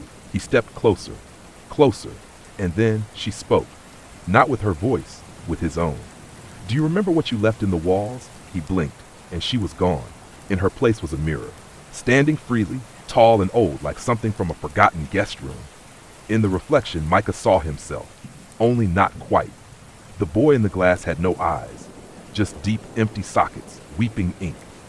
Micah stepped back. The paper on his bedside table fluttered behind him. A new line had appeared. "If you see yourself, run." Micah didn't want to turn around, but the closet door was open now. Just a crack. Not wide, not enough to frighten him, only enough to invite. The same way it had when he was a child. That thin, perfect sliver of darkness. That familiar sense that if he stared too long, it would start to breathe back. He approached slowly. The mirror behind him buzzed with static, its glass warping faintly, as though something inside it trembled just out of sight. The closet didn't move. It didn't creak. But it watched him. Micah leaned in. "Hello?" Nothing. His fingers touched the knob. The darkness inside was too thick. Not black, not empty. It had depth, layers, like curtains pulled over something alive. He opened it further. Still nothing. But the air changed. He could smell something now. Faint, metallic, like old coins soaked in milk. A childhood scent he couldn't name, but which twisted his stomach with recognition. Then he saw it. A box. Just a plain shoebox. Sitting on the floor of the closet, surrounded by the dark. Unlabeled. Untouched. Unmoved by time. He knelt and picked it up. As soon as his fingers touched it, a new sound echoed behind him. A knock. From the mirror. One, then two, then three soft raps against the glass. He turned, heart pounding. The reflection showed the room, but he wasn't in it anymore. The boy in the mirror stood perfectly still, facing the open closet. Blood ran from his eyes, and the shoebox in his hands was open. Micah looked down. His own box was still sealed, but the lid began to shift. Not by him, not by wind. From inside. It trembled. He dropped it. It hit the floor with a soft thud, then burst open. Inside were photographs, hundreds of them. All of him, asleep in this bed, in other beds, different ages, different rooms. But in every single photo, there was a figure in the background, tall, wrong, face blurred beyond recognition. Sometimes it stood in doorways. Sometimes it crouched in corners. Sometimes it hovered above his bed. In one photo, it was staring straight at the camera. Micah's hands shook. He picked up the last photo. It hadn't aged like the others. It was taken today. He was in the hallway, right now, holding this box, looking at this picture, and behind him, just out of frame, was a hand on his shoulder. He turned. Nothing. The mirror was empty now, and the closet was shut. But the knob turned slowly on its own. Click. Micah stepped back from the closet as the doorknob stopped turning. The silence after the click was somehow worse than any sound. Thick, expectant. Like the house was waiting for his next mistake. He clutched the photo tighter. The hand on his shoulder, the one from the picture, still tingled, even though there was no one behind him now. But something had touched him. He felt it. Still trembling, he turned toward the hallway. The door he'd entered from was gone. Now in its place stood a tall, narrow doorway wrapped in ribbons. Not cloth, but shredded wallpaper, thin and wet, curling with age. Painted across it in dark, childlike strokes were the words, "Micah's room, do not open." His breath caught. He hadn't told anyone his name since he woke here, hadn't seen it written anywhere. But the house knew it. Not just that, it remembered him, even when he didn't. The knob to the room was ice cold. His fingers stuck to it slightly, as if the metal was thirsty. With effort, he twisted, and the door creaked open. Beyond it lay something that made no sense. Not a room, not even a hallway, just a long back open space filled with beds. Dozens, hundreds, each one identical. Same blue comforter, same glow-in-the-dark stars on the ceiling above. Some beds were occupied, others empty. And in each occupied bed lay a version of Micah, sleeping, some younger, some older. One looked exactly like him. Another was too thin, face pale with something like illness. One had red-stained hands, curled into claws under the covers. One version had no eyes. Micah took a shaking step forward. None of the others stirred, except one, far down the line. A boy sat upright in bed, watching him. And when Micah met his gaze, he felt it. This version was awake. This one had never forgotten. The boy smiled. His teeth were like nails hammered too deep into his gums. "You're almost ready," he said in Micah's own voice. Micah backed away. What is this place?" The boy stood. The sound of paper tearing followed him, the beds around him dissolving as he moved. "This is the part of the house where the echoes live," he said, tilting his head. "You've been here before. You just weren't strong enough to wake up." He took one step closer. Micah froze. The air around him thickened, buzzing faintly like the inside of a dying TV. The Echo Boy's shadow stretched, long and sharp, cutting across beds that shouldn't cast shadows at all. "You still think you're dreaming," the boy whispered, "but dreams don't remember your name." Micah turned to run. But the door behind him, the one that said, "Do not open," had already sealed itself shut. The wallpaper began to crawl, and every other version of him in the room slowly sat up, smiling. The room full of Micahs was too still. Dozens of copies. Dozens of versions of him. Now sitting up, their heads tilted at impossible angles, eyes open too wide. They didn't blink. They didn't breathe. They grinned. The boy who had spoken, the one who had stayed awake, took another step toward him. His shadows split into many, each slithering off in different directions like spiders made of ink. Micah spun, looking for anything, any door, any window, even a crack. Nothing. The room had sealed itself like a tomb. Then he heard it, scraping, beneath the floorboards, soft at first like fingernails on wood, then louder, urgent, coming from directly under him, and then tap, tap, tap, something knocked, once, twice, a third time, from below. All the other Micahs froze. The grinning version stopped mid-breath. Heads turned in unison toward the sound, mouths open, slowly in perfect silence. Then one of them hissed, "Don't answer it." But the knock came again, this time followed by a whisper, close, clear, right below Micah's feet. "I can help you, please, before they pull you in." Micah hesitated and then dropped to his knees. He pressed his ear to the floor. The wood was warm, breathing, and the whisper returned. They aren't you. They're what's left of you. What? The parts the house couldn't use. Micah's heart thudded. What are you? He whispered. A pause. Then, I'm what's buried here. Suddenly, one of the grinning boys stood. No talking, it rasped. That one lies. Micah backed away, but he didn't stand. The voice beneath the floorboard grew desperate. They want to wear you, but I remember who you were. I remember before the house, before the name. Let me out. I can show you where the real exit is. The other Micahs were rising now. All of them. Their shadows stretched backward, clawing toward him like vines seeking heat. The air pulsed. Micah searched wildly, then spotted a loose floorboard just beside one of the beds. He scrambled to it, ignoring the sharp hiss behind him. The whisper urged him on. Yes, that's it. Pull. He dug his fingers under the edge and wrenched it up. Snap. Dust flew. Then another board, then another. And below, not dirt, not cement, but a narrow tunnel, dark and wet, lined in old wallpaper and broken bits of mirror glass.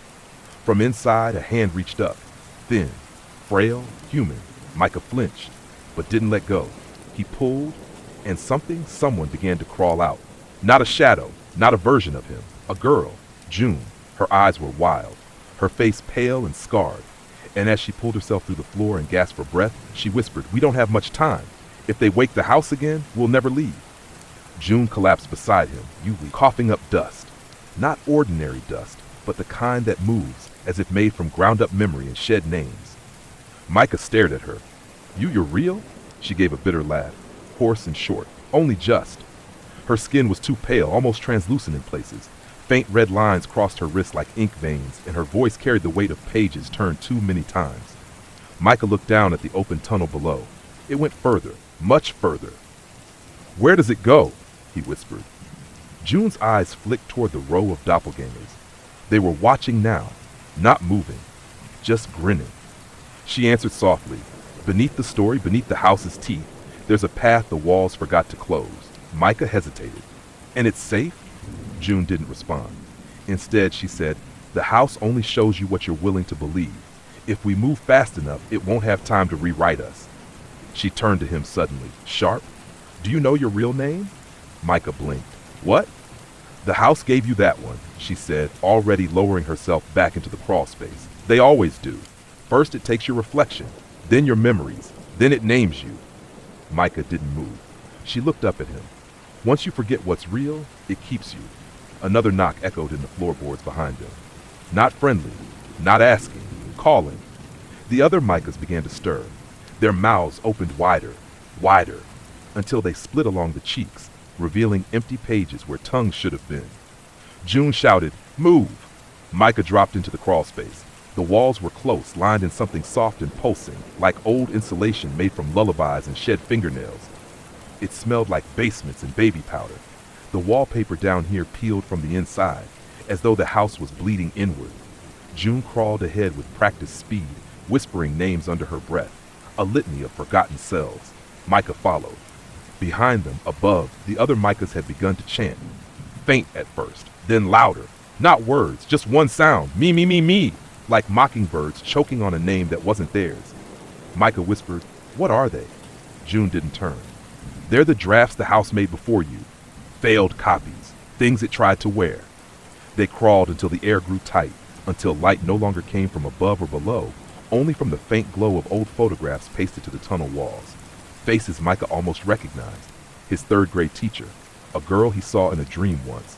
His mother, maybe. Each photo faded, some scratched out, some burned at the eyes. Up ahead, June stopped. There, a hatch, circular, rusted, unlike anything else in the house. It looked industrial, out of place, wrong in a way that suggested it had been hidden from the house, not by it. Micah reached for it. "Wait," June whispered. "Once we go through, we can't come back." He looked her in the eye. "I don't think we were ever meant to." She nodded once. Together they pulled the hatch open, and below them, pulsing faintly like a heartbeat, was the true foundation of the house, the place where the first name was whispered. The hatch groaned as it opened, not from rust or age, but from reluctance, like the metal itself was trying to stay closed, resisting their grip. Micah felt it in his bones, a quiet voice that wasn't words, urging him to stay above, to stay where time still moved forward. June dropped through first. Micah followed. He expected a thud, or a ladder, or at least a floor, but there was nothing. Only a moment of falling, brief, weightless, and then his feet touched ground as if the space had rearranged itself to meet him. They stood in total silence. This wasn't like the other rooms. It wasn't part of the house's dream. It was before the dream. The walls were smooth, colorless, not stone or wood, more like fossilized ash, with veins of black glass running through them. Strange symbols had been scratched into the surfaces, spirals, childlike faces, stick figures with too many limbs. The air was still. Too still. There was no dust, no smell, no temperature. As if this room had existed outside of time, untouched even by decay. In the center of the space sat a single object, a crib, again. But this one was not rotting or veiled. It was made of bone and chain, its slats twisted together with hair-thin wire, and it rocked slowly, even though there was no wind. June froze. That's where it started, she whispered. That's where the house first dreamed itself alive. Micah stepped closer. Inside the crib was not a child. It was a book, bound in soft, pale leather. No title, no pages. Just a single line carved into the cover. Name me. Micah swallowed hard. What does it mean? June didn't answer right away. She was staring at the symbols on the walls, her face growing pale, eyes wide. Micah, she whispered, pointing. That symbol. He turned. One of the marks looked like a door, an 8th door. And beneath it, scratched in nails, not ink, was his name. Not Micah, his real name, one he didn't remember ever knowing. But when he saw it, it hurt, like a tooth being pulled from somewhere deep behind his thoughts. June looked at him carefully. This room, it holds the names before the names. If you speak yours, really speak it, the house can't rewrite you anymore. You'll remember everything, even what you were before it chose you. Micah stepped back from the crib. The book was breathing now, subtle, faint. Its cover rose and fell, like it wanted to be opened. I'm not ready, he whispered. June shook her head. Neither was I. But if we don't claim our names, the house will. Above them, high above, somewhere in the walls, a noise erupted. The grinning Micahs had found the hatch. It rang out like a bell. Me, me, me, me. Getting closer. Micah looked down at the book. The word on the cover shimmered again. Name me. He reached out. And as his fingers touched the leather, the room blinked. Time snapped, and suddenly he remembered. Not everything, not yet, but enough. Enough to know he hadn't been Micah in a long, long time. And the house had worn that name to feed itself. Micah staggered back, clutching his chest. The moment his fingers brushed the book's pale, breathing leather, something inside him split open. Not with pain, but with recognition. Like a door he'd never seen, but had always known was there, had creaked open just a little, just enough for the light to spill through. And in that flicker of light, he saw himself. Not just one self, many. He saw a toddler crying in a dark closet while footsteps circled the door. A boy in a hospital gown drawing doorways in crayon on padded walls. A teenager standing outside a mirror, watching his reflection beg to switch places. And an old, weathered version of him, crawling through the same tunnel June had come from, eyes clouded, whispering, "Don't forget me. Don't forget me." Micah fell to his knees, gasping. June caught him before he hit the ground. "It's too much at once," she whispered. "The name brings everything." Micah looked up at her, dizzy. "My name? It wasn't Micah." "No," she said gently. "It never was." She helped him to his feet. The symbols on the wall had begun to glow faintly, as if awakened by his memory. They pulsed, and the room seemed to tighten, like the walls were drawing breath around them. Then June turned sharply. "They're coming!" Above the hatch groaned.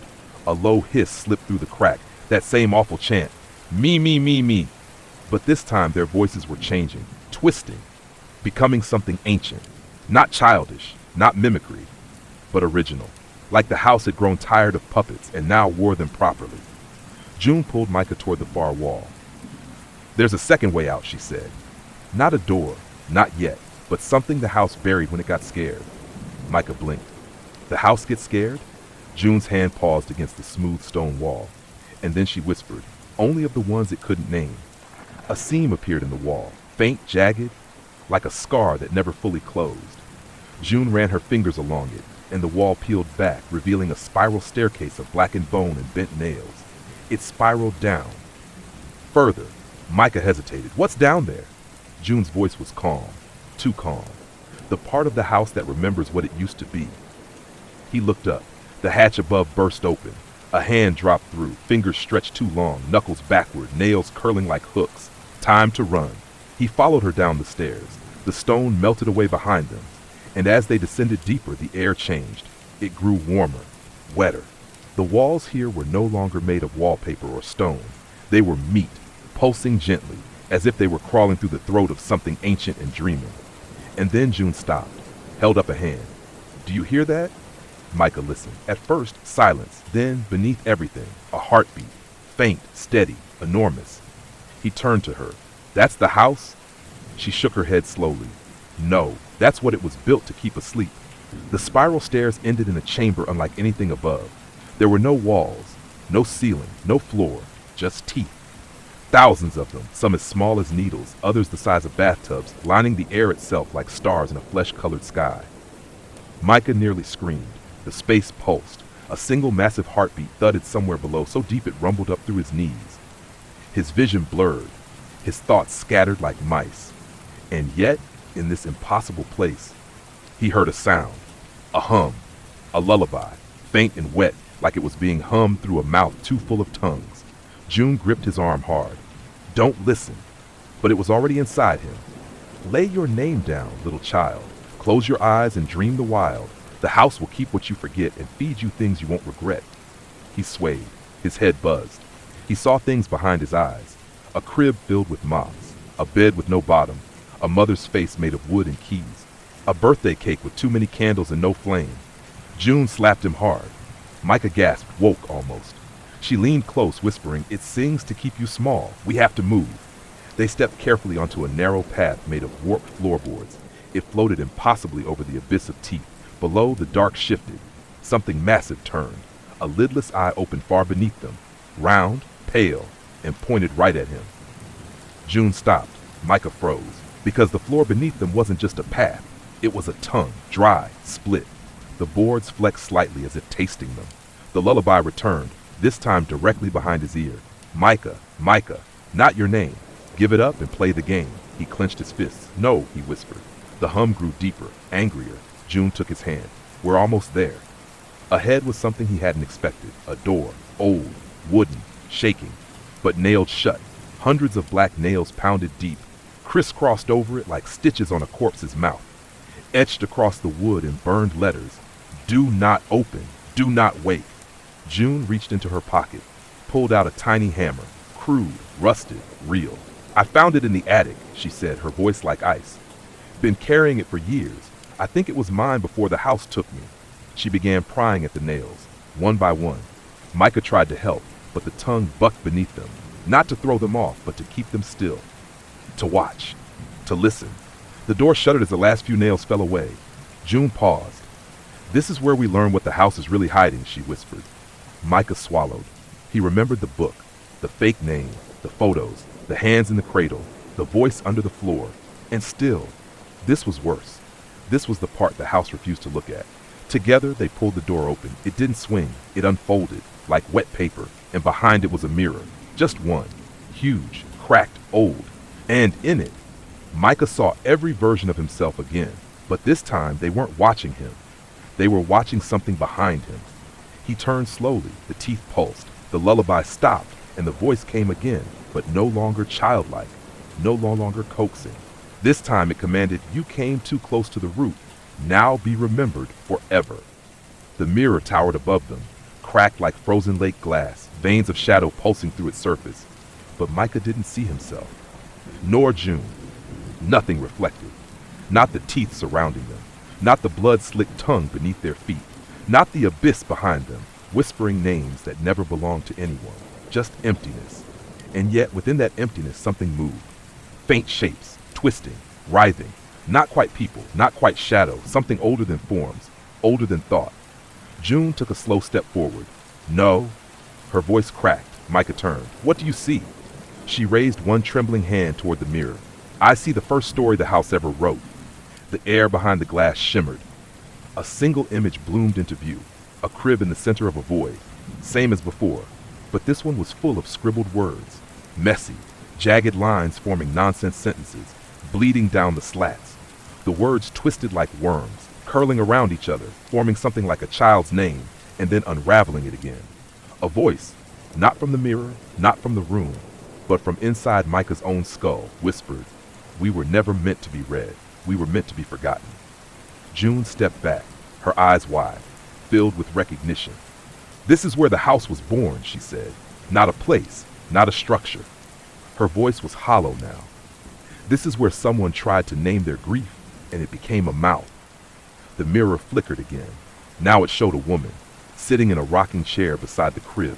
Her face was blurred, like the camera of memory refused to focus. She was holding a book, sobbing. Every time she turned a page, her hands grew more bone than flesh. Micah felt dizzy. He reached out. His fingers passed into the glass. There was no resistance, only a sensation of warm breath, as if the mirror were exhaling. June grabbed his wrist. "Don't!" But it was too late. The mirror swallowed his hand, then his arm, and with a sound like 1,000 pins snapping at once, it dragged him through blackness. And then he was there, standing in the room from the mirror. But it wasn't memory. It wasn't dream. It was before both. Everything here was made of ink and whisper. The woman in the rocking chair turned. She had no face, just a mouth, wide, endless, filled with sharp typewriter teeth. "Would you like to be a chapter?" she asked. Micah couldn't speak. She stood, approached, and as she did, the book in her hands flipped open on its own, pages turning violently, until it landed on a page that said only, "Micah, first draft." "No," he whispered. "I'm not your story." The mouth grinned. "You never were. You were just a place to keep the name safe." Micah turned to run, but there was nowhere to run to. Only more pages, falling around him, wrapping his limbs, pulling him down until a voice called his true name. Not Micah, not June, his original name, the one from the wall. Spoken with weight, with love, and just like that, the mirror shattered.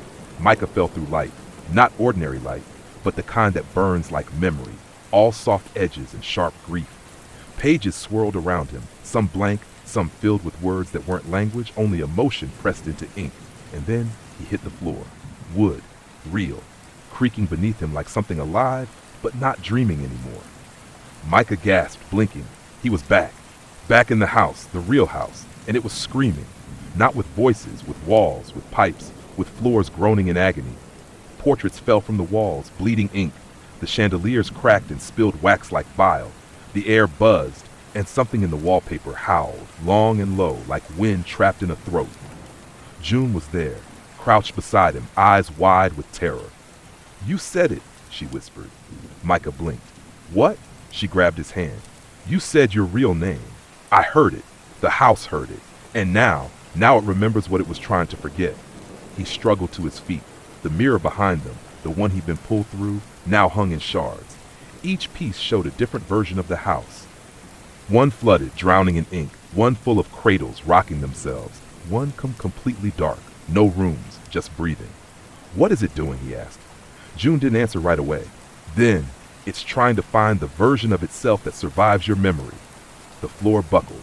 They both fell against the wall. From down the hall, a door opened. Not creaked, not groaned. Opened, smooth, gentle. A door neither of them had ever seen before. Carved with strange symbols wrapped in melted wax. And at the center of the wood, written in charcoal and bone, "Only the named may pass." June looked at him. "You woke it. That door was buried until someone remembered." Micah stepped forward, heart pounding. He didn't know where it led, but he knew somehow it was the last door, the final one. June followed. Together, they stepped through and into a nursery, but not like before. This one was perfect. White walls, a gently turning mobile, a cradle of untouched wood, soft sheets. The air smelled like lavender and lullabies. A woman stood with her back to them, holding a bundle. She turned, and her face was Micah's mother's face, but younger, more whole. Her eyes brimmed with something ancient, regret and hope stitched together. She looked at him, and her voice was soft. "You came back." Micah tried to speak. Nothing came. She stepped forward, gently offering the bundle in her arms. "This was never your story. You were just the last page, the one I never got to write." He looked down. The bundle wasn't a baby. It was the book, the same one from the crib. But now its title was clear, The Name I Couldn't Keep. June whispered beside him, "Is it yours?" Micah shook his head. "No, it's ours." And with that, the walls shivered, not in fear, in release. The house exhaled, long, final. The teeth in the dark went still. The mirrors turned blank. The lullaby faded into silence, and the door behind them closed itself. The nursery dissolved behind them, not crumbled, not decayed, but simply ceased, like a dream waking itself out of existence. The floor melted into pages, floating upward, weightless. The crib unstitched into threads. The scent of lavender was replaced by something older, earth, rain, ash. Micah and June stood now in a narrow corridor, but the walls were not walls, they were memories, flickering and looping. He saw June's face at age 5, calling for a father who never came. He saw himself locked in a cupboard, counting every breath to stay real. He saw hands he'd forgotten, soft, wrinkled, holding his, whispering, "You are not what the house made you." June touched the wall gently. "They're returning," she whispered. "The memories?" Micah asked. She nodded. "The ones it couldn't eat." As they walked forward, the corridor widened, then stopped. At a door, no handle, no keyhole, only a smooth surface like the back of a mirror. Carved across the wood in shallow gouges, not with a tool but with fingernails, was a final phrase, "Leave your name here." Micah stared. The air was humming again, but softer, like a heartbeat heard through bone. June stepped forward first. She placed her palm against the door. Nothing happened. Then she leaned in, pressed her forehead to the wood, and whispered something. Micah didn't hear it, but he felt it. It wasn't a word. It was a surrender, a letting go. The door glowed faintly, and June vanished, not violently, not tragically, just gone, like a story ending with a period instead of a scream. Micah stood alone. The house behind him was growing restless again, whispers threading through the halls, the grinning reflection stirring in the unseen glass. He stepped toward the door, pressed his hand to it. It was cold. He leaned close and whispered his real name, the one from the wall, the one from the book, the one that had always lived beneath the story. The door didn't open. It didn't need to. Micah didn't vanish, but the house did. He felt it, a shudder that began in the floor and traveled up through every board, every hallway, every room that had ever rewritten him. A collapse without sound. The mirrors blinked and emptied. The teeth crumbled into dust. The voice under the floor went quiet. And somewhere, deep in the places where wallpaper once wept, a voice whispered, "Finally, the last child remembered himself." Micah stepped forward, through the door, and into the one room the house had never touched, the room where he had been born. It was small, simple, real. Sunlight streamed through an open window. Dust danced in the beams. A mobile turned lazily in the air. And on the bed, not a crib but a bed, lay a child, fast asleep. Him, the original him, still untouched, still whole. Micah walked over, sat beside the bed, watched his own chest rise and fall, and at last, he remembered everything. Micah sat beside the sleeping child, his first self, heart slowing, thoughts no longer tangled in nightmare. The room was quiet, not empty, not waiting, just at peace. Sunlight curled across the floor like a cat, soft and golden. Outside the window, trees swayed gently, untouched by shadow or teeth. And for the first time in what felt like lifetimes, Micah didn't feel watched. No mirror, no whisper, no version of himself pressed flat into wallpaper. Just the soft breathing of the child and the distant creak of a world continuing on. He looked down at his younger self, small, serene, and realized, this boy never knew the house, never wandered the endless rooms, never met the grinning doubles, never forgot his name, because Micah had carried all of it for him. The house hadn't just haunted him, it had tried to replace him, and it failed. He leaned down and whispered into the child's ear, "You're safe now. I remember for both of us." The boy stirred just slightly, a tiny smile curling his lips, then drifted deeper into sleep. And that's when Micah knew the story was truly over. But stories, even when finished, leave behind a scent, a shape, a trace. He stood and turned to the window. The world beyond was vast, alive, unwritten, and for once he felt no pull to explain it, no urge to name it. Let the unknown be unknown. He stepped into the sunlight, warm, real, and felt the final pieces of the house crumble behind him. The floorboards of memory, the halls of teeth, the mirrors, the mouths, gone, and yet, far beneath the soil of somewhere else, deep in a forgotten corner of the world, a single floorboard gave a tiny creak. Not a threat, not a warning, just an echo. As if the house, in its last breath, had whispered, "If you name me again, I will return." But Micah wasn't afraid. He no longer needed to name the dark to understand it, because now he remembered who he was. And the house? It was just a story, a terrible, hungry story. But even stories, no matter how deep their roots, can be left behind.